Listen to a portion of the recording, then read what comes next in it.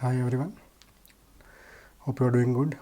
Today we will discuss about the interior of the cranium. So already you have seen the osteology of skull in norma frontalis, norma verticalis view. So today we are going to visualize the interior of cranium.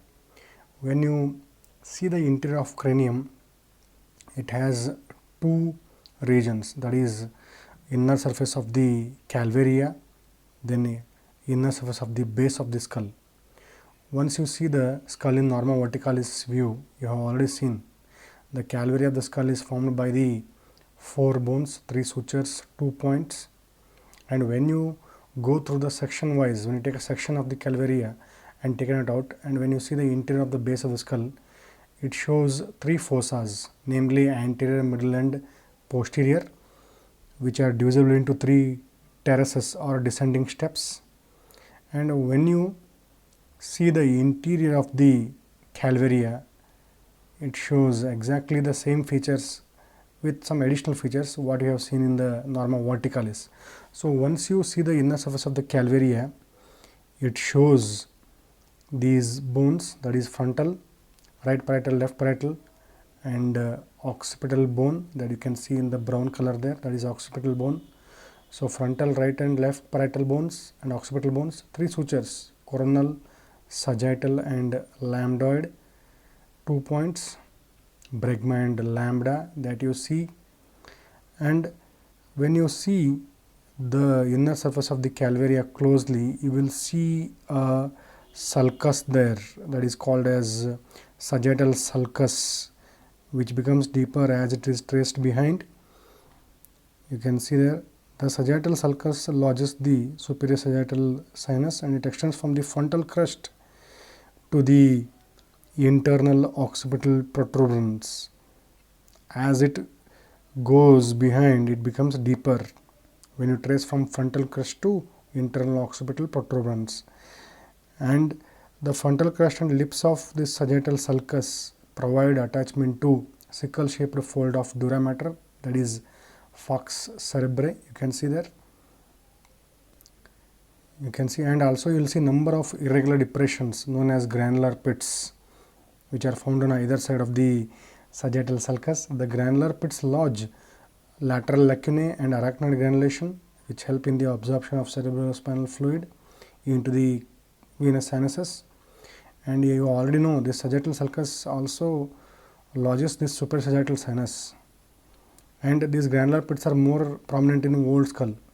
And numerous grooves affect the calvaria for meningeal vessels. The largest are seen on these parietal bones, what you see here. These are the branches of middle meningeal vessels, terminal branch of middle meningeal artery separated from the vein. You can see there, these are all for the meningeal vessels. These are the grooves, and they are mainly formed by the veins, okay, as you can see here. And as you go in front of lambda, you will see pair of parietal foramina, that is lambda. You will see these are pair of parietal foramina which transmit the emissary veins, okay, connecting superior sagittal sinus with the extracranial veins. So this is about the inner surface of the calvaria of the skull. You have seen the 4 bones there, 3 sutures, and these 2 points. And when you try to separate that, here you can see sagittal sulcus extending from frontal crest to internal occipital protuberance, and you will notice granular pits, pair of parietal foramina, and grooves for meningeal vessels. Mainly these grooves are formed by veins, not by the arteries. That is how you will see the inner surface of the calvaria. And the 4 bones you can separate here. This is how they are separate here, and they are held by the sutures, coronal, sagittal and lambdoid, which you have already seen. So these are the bones you can appreciate in the inner surface of the calvaria of the skull. You can notice how the sutures connect these separated bones there, fibrous joints. So that is about the inner surface of the calvaria. And as you take a section here, you will see the interior of the base of the skull. And when you see the interior of the base of the skull, as I already informed you, it is divisible into three terraces or descending steps called as anterior, middle and posterior cranial fossa. The anterior being the shallowest, the posterior being the deepest of the fossas, and these fossas lodge different lobes of the brain.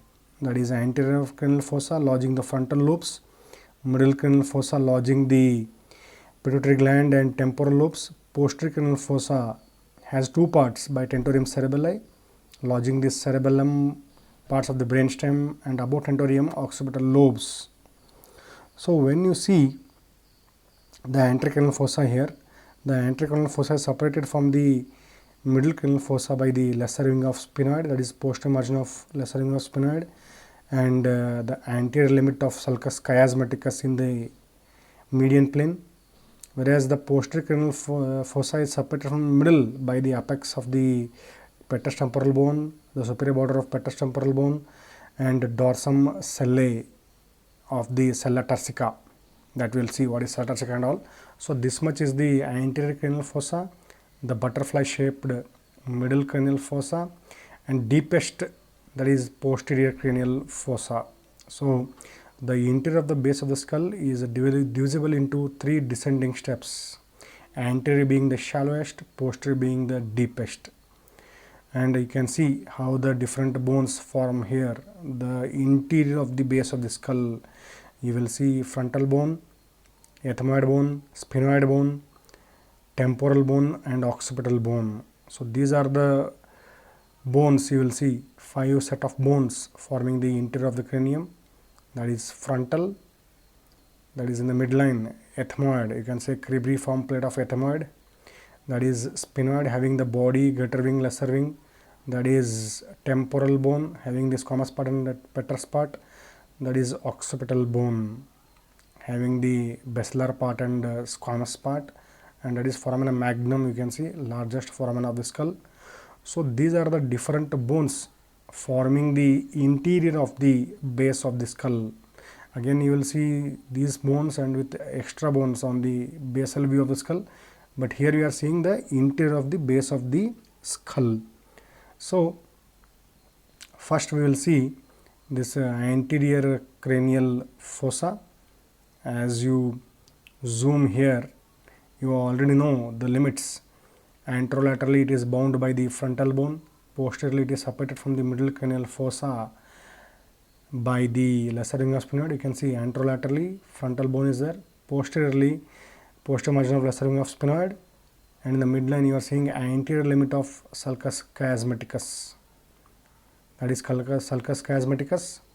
The anterior limit forms the posterior boundary of the anterior cranial fossa, and anterior cranial fossa is the shallowest and it lodges frontal lobe of the cerebral hemispheres and also related to olfactory bulb and all. You can see the orbital part of frontal bone on either side of this cribriform part of ethmoid, and you can see the sphenoid, that is the body of the sphenoid. You can see these are lesser wings, posterior margin of lesser wing of sphenoid, the triangular wings, and you can see that is the body, part of the body. You can say it is actually called as jugum sphenoidal, neck of the sphenoid. It is a part of the body, you can see there. So these are the bones forming the anterior cranial fossa. The cribriform plate of ethmoid, if you zoom here you will see the cribriform plate of ethmoid. Cribri means sieve like. It forms the roof of the nasal cavity. On each side presents number of small apertures, and on each side it is related to the orbital plate of frontal bone forming the roof of the orbit, separating the orbit from the front anterior cranial fossa, that is jugum sphenoidal. Jugum means neck. You can see this is the lesser wing.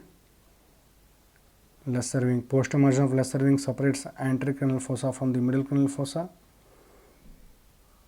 that is frontal bones. You can see it is convex with irregular grooves over there, that is the cribriform plate of ethmoid, lesser wings. So these are the parts of anterior cranial fossa, and you can see I already informed you cribriform plate of ethmoid forms the roof of the nasal cavity with small apertures on the either side for passage of filaments of olfactory nerves from nasal mucosa to the olfactory bulbs present beneath the frontal lobe, and posteriorly it articulates with the jugum sphenoidal, and you can see here it presents a median triangular process here that is called as crista galli, projects upwards from the cribriform plate, and it gives attachment to the falx cerebri.